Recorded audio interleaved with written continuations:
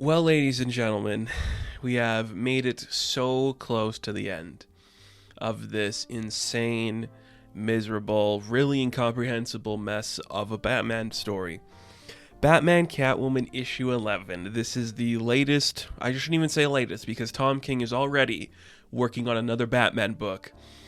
They're putting him to work at this company, and it's kind of concerning me because give other writers a chance to do different stories. If we didn't have a Batman book every other week, maybe we wouldn't have to do that round robin where everyone's fighting to compete, and it's probably just going to be a really shitty Green Lantern book that wins or whatever. I was really hoping for the Wildcat book to win, but that's neither here nor there. Batman Catwoman issue 11. If anybody is new to this, don't know why you'd be new to the 11th issue of a book I've been reviewing since issue 1, let me just rephrase this to you. The first issue of this book, I thought it was pretty cool. Second issue, not that great. Third issue, bad.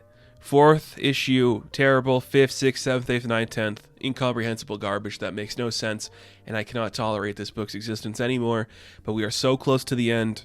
In chapter 11, it came upon a midnight clear, as if anybody gives a shit about what that means. Nobody does. So, like with every issue, and when I say with every issue, we are going to try our best to go through this book and understand the logic that's happening. Because this one, more than any, really just feels like it's a divide between comprehensive and just insane. So we open up this issue, Batwoman of the future, talking to Dick Grayson on the phone, brother and sisters having a conversation, and they're talking about Selina. And it's just, again, Tom King just obsessed with that idea of where did the cat and the bat meet? They meet on a boat? Did they meet on land or whatever the other one is? Who cares? But Dick's like, they met on a boat. It's silly and funny. Derp-de-derp. That's fantastic. Oh, man. Just so boring. Like, none of it matters. So then Helena's just saying, like, I don't know, man. I think my dad was kind of bad, and maybe you were the son he always wanted, but I'm the daughter he got, blah, blah, blah. And then we cut to the present time, or is this the past timeline? The past timeline, I think. Yeah, because in the okay, this is the past timeline of the Riddler. Tom King using the Riddler again, just really unsure how to write this guy. So the idea is that Selina's just going to, like, work with him. They're going to hide from Batman. He's going to hide the dumpster, and Selina's just going to, like, distract him so he can get away, so she gets half the cut. And then, yeah, that's it.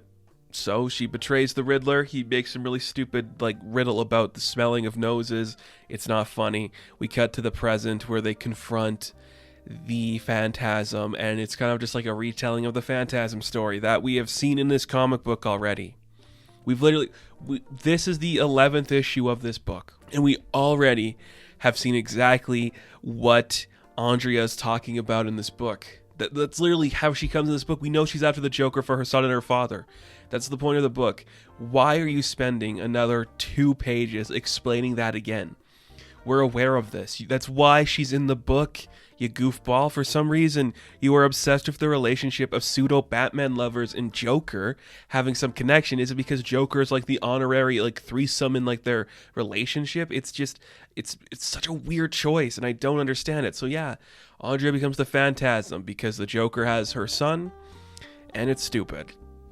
Then we cut back to the future timeline, where Helena and Dick are talking, giving a really terrible speech that I really don't like. And Dick's just like, you really should just give your mother up. I know you let her get away, just give her up. And then she's like, wow, Dad must have really loved you. Are you kind of upset that you didn't get to wear the cowl, Dick? Is that what it is about? That you didn't become, like, the favorite son? You're everything he always wanted in a kid. You're so perfect and pretty and good at everything. And I'm a little bit more like my mom than my dad. And then Helena just kind of, like, beats him up a bit and tells him to get out of the cave. Okay. Is that interesting? I don't know. It feels like it's such like it's just such a nothing take on this character. And both of these characters, actually.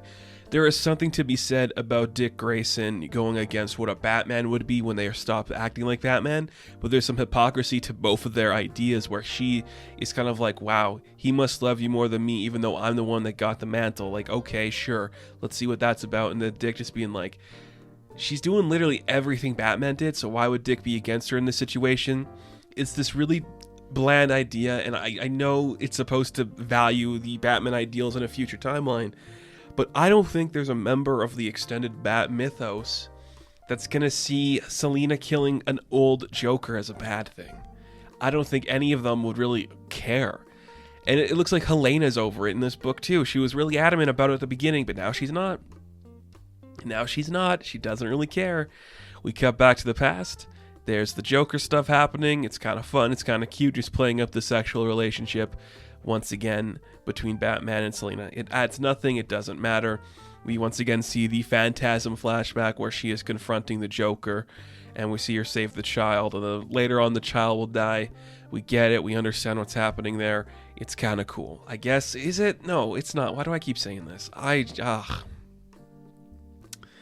It really sucks because Clayman's back. His artwork is back, and it looks so good. So visually stunning. If only it was a comprehensible story. And this issue, as compared to a lot of the other ones, you'll notice that there are white backgrounds. Not in every single page, but there are a lot of panels where you're just seeing like the white background as opposed to all the design. I'm sure it's because we need to wrap this book up on time and get a huge collection out before Christmas. So that's probably what's happening. This is really not interesting. So yeah, we get the origin of Helena or we get the origin of Andrea and her baby, how that connects to the stuff with the Joker. We cut back to the future timeline where Helena's talking to her mother. They're talking about their dad and like everyone lives up to who. And Selina's like, "You are the daughter I always wanted. You are so perfect and you got all the right parts of me." Weird idea. Weird idea. Don't think it's that good. Don't think it's that interesting. Oh man. In the past, they beat up the Joker a little bit more. It gets them turned on, I guess. Then they, make love in the Joker's abandoned place, or they just kiss? It's weird. I don't like it. I don't like how that part ends. And then in the present timeline, Andrea stabs herself with her, scythe or something, and that's to indicate that she is no better than the Joker because, okay, I think I know what's being said at this point in the book. This is saying Andrea understands the hypocrisy of the mythos of Gotham, and is going to take her own life because she was a killer. I think that's what's being said here, or she's going to kill herself before she becomes a killer, or something like that. She's like, I know all the good stuff, what my father was about, and yada yada yada. Like, I have to kill myself before bad things happen. Yeah. Okay. So if that's what it's being said here, and Andrea is more on board with the mythos of what Batman and Bruce are talking about than Selina, does that make their relationship better or worse? Does that make the Batman-Catwoman relationship stronger or more divisive because you're seeing the woman who actually understood what Bruce is trying to do end her own life because of the hypocrisy of it? It's complicated, and I don't think it's very clear. I think that's the message that King's trying to get across, where it's like Selina will always be opposed to him on certain matters, and she will always be the criminal. And it's insane, and it makes no sense, and I don't get it. I do like that they underplay the Selina and Joker relationship in this book. It's not as big and vibrant as we've seen in past storylines or past issues. That's important to me. I like that. And it does flow a little bit better than previous issues. Not a lot better. Because you gotta ask yourself, does any of this actually matter? Is the story I'm reading worth the time I'm investing into it? And I'm telling you now, issue 11, it's not.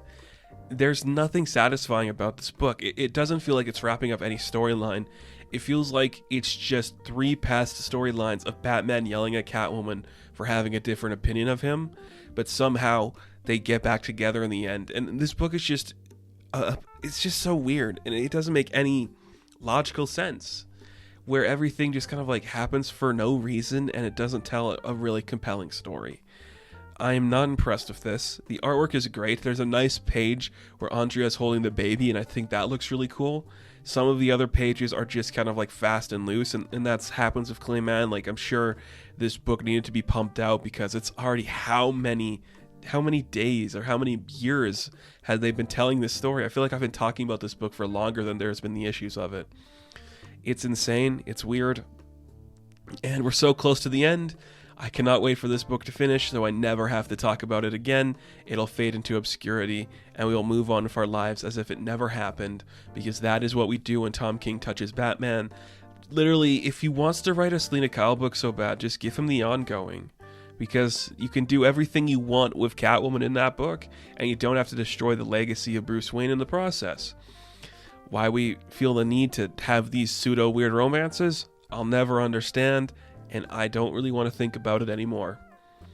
So Batman Catwoman issue number 11, I'm going to give a 3 out of 10.